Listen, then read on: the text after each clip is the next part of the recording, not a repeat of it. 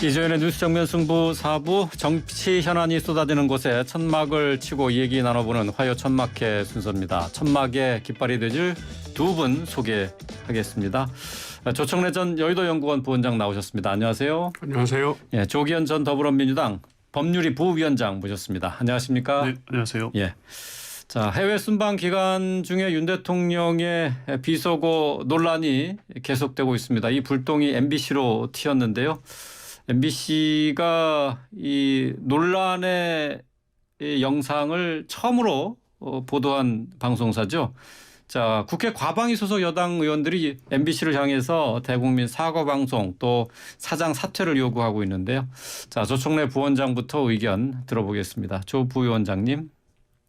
네, 이 사안이 보니까 뭐 시간대별로도 그렇고 내용이 일반 분들이 이해하시기에 좀 복잡하지 않습니까? 네. 근데 어쨌든 제가 말씀을 드려보면 윤 대통령께서 말씀하셨다는 그 방송 영상이 카메라 풀 기자단 두 군데서 찍었다고 그래요. 예. 그런데 그게 뭐 MBC하고 KTV라고 그러는데 네. MBC 영상에만 담겼다고 합니다. 예. 근데 이제 앞뒤 맥락은 다 잘라내고 문제의 그 발음만 왜곡 부각시켜서 영상과 그 엠바고가 풀리기 전에 다른 언론이 방송하기 전에 SNS로 먼저 풀었다는 것이고요. 예. MBC의 노조, 그러니까 오늘 제3노조의 성명서 입장문에 의하면 MBC의 모 국장이 그것을 했다 이렇게 밝혀놨습니다. 네. 그다음에 동맹국과 또 국내에서 큰 파장을 불러일으킬 수 있는 사안임에도 불구하고 이게 지금 보면 MBC 담당 뭐 분이 이게 기자들이 사실 확인도 하지 않았고 그다음에 보도 유예를 요청하는 부분에 응하지도 않았고 이게 다분히 문제를 삼아서 정치적인 논란거리가 되게 의도적으로 만든 측면들이 있거든요. 예. 제가 볼 때는 보도 유예가 해제되기 20분 전에 SNS에 게재가 되었고 예. 그다음에 그 민주당 박홍근 원내대표가 보도 그 엠바고가 풀리기 6분 전에 공개 발언을 통해서 윤석열 대통령을 비난하는 발언을 내놨습니다. 이게 제가 볼 때는 MBC와 민주당이 조금 더 이따 또 말씀드리겠습니다만은 특별한 유착 관계가 아니면 좀 이해하기 힘든 내용들이 있습니다. 그래서 시점으로 보나 민주당이 MBC의 그 자료를 가지고 정치적 공세 자료를 쓴 걸로 보나 제가 볼 때는 MBC가 그 책임의 중심에 있다. 예. 책임을 면하기 어렵다 이렇게 예. 말씀드리겠습니다. 그러니까 의도적인 왜곡이 있었다 하는 주장인데요. 어떻습니까? 의도적인 왜곡이 어떤 부분을 말하는 건지 모르겠습니다. 짜깁기나 편집이 없었다는 것은 당시 뉴욕 동행한 모든 방송 기자단 플러스 모두 기자들이 똑같이 얘기하고 있고요. 방송 원본 중에 일부가 그대로 공개된 거고 방송 뉴스를 통해서 모든 언론사가 공개했습니다. 지금 말씀하시는 내용 또 국민의힘이나 대통령실이 얘기하는 걸 보면 마치 MBC가 단독 취재해서 확인도 없이 그걸 민주당에 건네고 그래서 사실관계를 왜곡한 것처럼 계속 주장을 하시는데요. 다 아시지 않습니까? 풀 기자단으로 촬영을 했고 이 보도 내용을 전체 방송 대통령을 출입하는 12개 방송사가 바로 직후 7시 30분경에 다 메인 서버를 통해서 공유가 됐습니다. 이미 네. 다른 방송사가 다 갖고 있는 필름이었고 그 시점까지 대통령실도 방송 기자단도 그 내용을 정확히 확인하지 못했다는 겁니다. 그런데 7시 40분경에 이르러서 이런 문제되는 비속어 문제가 있다는 내용들이 확인이 되고 그때부터 내용 확인이 있었고 그 부분에 대해서 방송 기자단이나 또 취재 일부 기자단들이 이 내용이 어떻게 들리냐가 아니라 내용에 대해서는 이견이 없을 정도로 지금 최초 보도 내용 그대로 다 확인을 했었고요. 네. 그러니까 자막에 있어서 그 음성이 제대로 확인되지 않았는데 임의로 다른 것 아니냐 하는 부분에서 이제 왜곡 얘기를 하고 있는데 그 부분에 대해서 당시 취재 기자들이 별다른 이견이 없었다는 그런 말씀이신가요? 그렇습니다. 당시 취재했던 기자들이 그 취재 후기를 지금 계속 얘기하고 있고요. 오늘 언론 단체 기자회견 내용에서 다 확인된 내용입니다. 당시 기자들이 문제 제기하거나 대통령실 확인을 요구했던 것은 어떤 경위로 이런 발언이 나오게 됐냐였고 이 부분에 대해서 대통령실도 그렇게 들었다면 잘못 들었다는 해명이 전혀 없었습니다. 그 내용은 13시간 후에나 나온 겁니다. 그리고 이 취재 영상은 이미 방송사에 공유된 상태에서 박홍근 대표가 이 부분을 회의에서 언급하기 이미 한 30분 전에 SNS를 통해서 유포되고 있었습니다. 네, MBC에서 유포했다는 아무런 증거가 없고요. 국민의힘 측에서 처음에도 이렇게 단정적으로 주장을 하시다가 구체적인 증거가 있냐는 질문에 대해서 발을 빼셨거든요. 그럼 뭐냐면 철저하게 외교 실패라든가 대통령의 비속어 이 발언 등의 문제를 방송사와 민주당의 유착 문제로 전환시키려는 정치적 공방의 의도에서 시작된 것이지 실제 이 사건의 경위, 보도된 경위, 유출되는 데의 상황이라든가 이런 부분에 대해서 대통령실 출입 기자단이 다 확인한 내용에 의하면 지금 국민의힘 측의 주장이 사실일 가능성은 없다고 봅니다. 지금의 정치적인 공세에 대한 역공이다. 어떻게 보세요? 아니 우리 변호사님은 들어보시니까 이가이 부가이표 그다음에 대통령 이름이 들리던가요? 저는 아무리 들어봐도 그렇게 안 들리던데요. 제가 드리고 싶은 말씀은 이겁니다.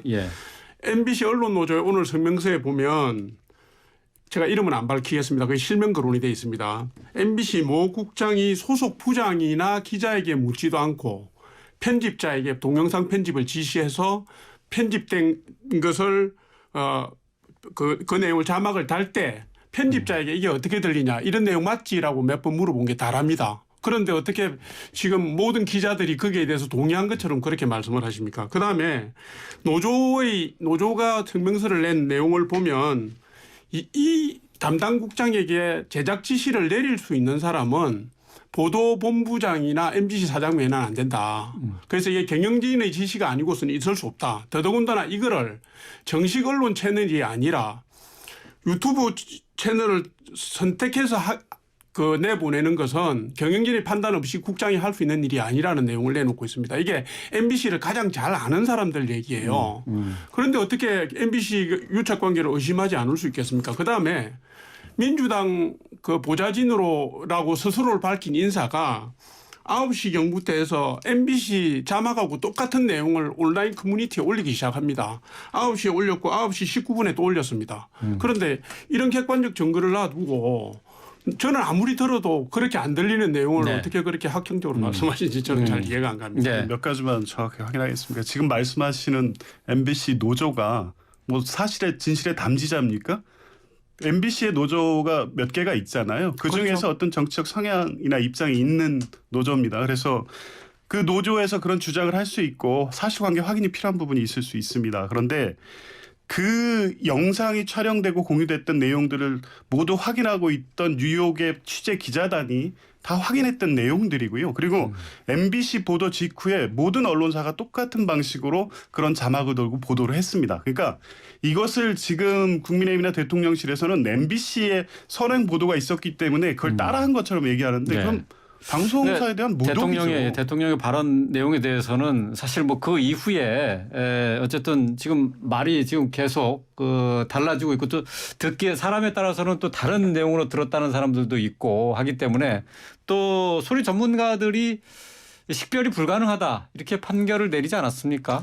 글쎄 소리 전문가가 어떤 분한테 어떻게 의뢰해서 대통령실이 이제 그런 해명을 하는지 모르겠습니다만 적어도 이제 그 해외 순방을 같이 동행하는 기자들이 어떤 취재된 내용 또 영상 속에 들어간 음성의 내용을 확인하고 보도하거나 내용을 그걸 대통령실에 또 이렇게 문제가 될 만한 걸 확인할 때에는 서로 간에 교차 확인해서 어떻게 들었냐 어떻게 들리냐 확인했을 거 아닙니까? 그리고 이게 외교적으로 문제될 수 있다는 거를 대통령실도 인지하고 비보도 협조 요청을 했습니다. 그러면 그 부분에 대해서 기자들은 너는 어떻게 들었냐 나는 어떻게 들리더라 갖고 충분히 얘기를 했을 겁니다. 그런데 김은혜 수석이 이 부분에 대해서 그렇게 날리면이다라는 해명을 하기 13시간 동안 이 부분에 대해서 다르게 들린다는 얘기가 그 취재 기자단 내에 또 대통령실 내에서 아무도 문제 제기하지 않았습니다. 제가 아는 거하고 다르네요.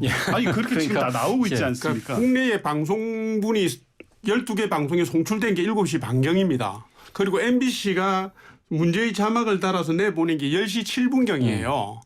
그런데 그 전에는 아무 방송도 안 내보냈습니다. 그다음에 9시 39분, 10시 7분으로부터 20분 전에 사실은 엠바고가 해제가 됐고요. 첫 방송 나가기 그러니까 한 35분쯤 전에 박홍근 대표가 얘기를 원내대표가 했어요. 얘기했죠. 예. 비슷한 내용으로 네. 하셨고 그다음에 예. 민주당 보좌진이라고 스스로 커뮤니티에서 밝힌 사람이 MBC 자막과 똑같은 것을 온라인에다 올린 게 9시 19분입니다. 국민의힘 시당 관계자도 똑같은 내용으로 올렸던데요. 그 내용이 MBC와 민주당 간의 거래인 것처럼 자꾸 얘기를 하고 계신데 국민의힘 관계자뿐만 아니라 여의도에 계신 여러 그러면 사람들이 9시 30분경에 똑같은 내용의 이 영상이나 내용을 받았고요. 첫 번째 유포자가 이제 누구냐 하는 그렇습니다. 부분이잖아요. 그거를 지금 예. MBC라고 단정을 하는데 그렇게 단정할 만한 아무런 근거가 없음에도 불구하고 이것을 단정을 해서 마치 MBC의 어떤 명예훼손 범죄 행위이고 이게 민주당과 유착됐던 관계라고 것처럼 얘기하는 것의 본질은 뭐냐 하면요. 169석의 최대 일당의 원내대표가 동맹국가 대통령의 외교 행보에 직접적인 영향을 미칠 수 있는 것을 유튜브를 보고 언급을 했다는 게 말이 됩니까? 저희가 보수 정치인들도 보수 유튜브 보고 그것을 근거로 해서 말하지는 않습니다. 뭔가 믿을 만한 근거가 있고 확실한 소스가 있으니까 간 거 아니겠습니까? 그게 유튜브겠어요? 예. 그건 아니라고 보는 SNS를 거죠. 통해서 박홍근 원내대표가 그걸 보고 발언했다 하는 부분에 대해서는 사실 국민의힘에서는 문제 제기를 하는 거거든요. 그러니까 SNS뿐만 아니라 네. 여러 그 경로를 통해서 교차 확인했겠죠. 그 지금 뭐 이 민주당의 입장을 가지고 방송에 나와서 출연하시는 여러분들 특히 여의도 정치에 밝으신 분들은 언론 기자라든가 여러 경로를 통해서 똑같은 내용을 다 확인하고 있었다는 겁니다. 네. 9시 30분 예. 이전에. 그러면 마치 이 그 내용을 MBC가 독점하고 있다가 박홍근 대표를 통해서 이 내용으로 사실도 확인이 안 됐는데 나가게 할 수가 있겠는 거죠. 이미 모든 언론사가 공유가 됐기 때문에 네. 확인되지 않은 내용을 섣부르게 발언할 수가 없었습니다. 그러면 네. 그 내용은 MBC만이 알고 있는 일을 박홍근 대표가 은밀히 받아서 이렇게 했다고 할 만한 구체적인 증거를 없이 그렇게 유착이라고 단정해서는 안 되는 거죠. 오히려 이런 부분은 명예훼손이나 무고가 될 수 있습니다. 알겠습니다. 예. 대통령의 발언과 관련해서 구체적인 내용이 뭐냐에서부터 시작해서 언론과 정치권이 유착 관계에 있느냐 이건 지금 무한 반복의 논란이 계속되고 있는 것 같아서 여기서 좀 줄이도록 하고요. 지금은 민주당은 이제 해외 순방 과정에서 벌어진 이 논란의 책임을 물어서 박진 외교부 장관의 해임 건의안을 발의를 했습니다. 자, 두 분의 의견 들어보겠습니다. 조 원장님. 뭐 해임 건의안 뭐 오늘 했죠 아마. 예. 오늘 오늘 당론으로 해서 제적 의원 발의했죠. 3분의 1 이상 발의에 제적 의원 과반수면 가결이 가능합니다. 지금 네. 민주당이 169석의 다수당이기 때문에 뭐 그걸 할 수 있는 요건은 갖추고 있다고 보여지고요. 근데 발의 이후에 처음 개최되는 본회의에서 보고를 하고 그다음에 24시간 이후 72시간 이내에 무기명 투표를 하기로 되어 있습니다. 그래서 일정을 대략 계산해 보면 29일 날로 예정된 조영 국민의힘 원내대표의 교섭단체 대표연설 이후에 아마도 뭐 그걸 그 투표를 할 수 있을 것 같은데요. 뭐 통과는 되겠죠. 예.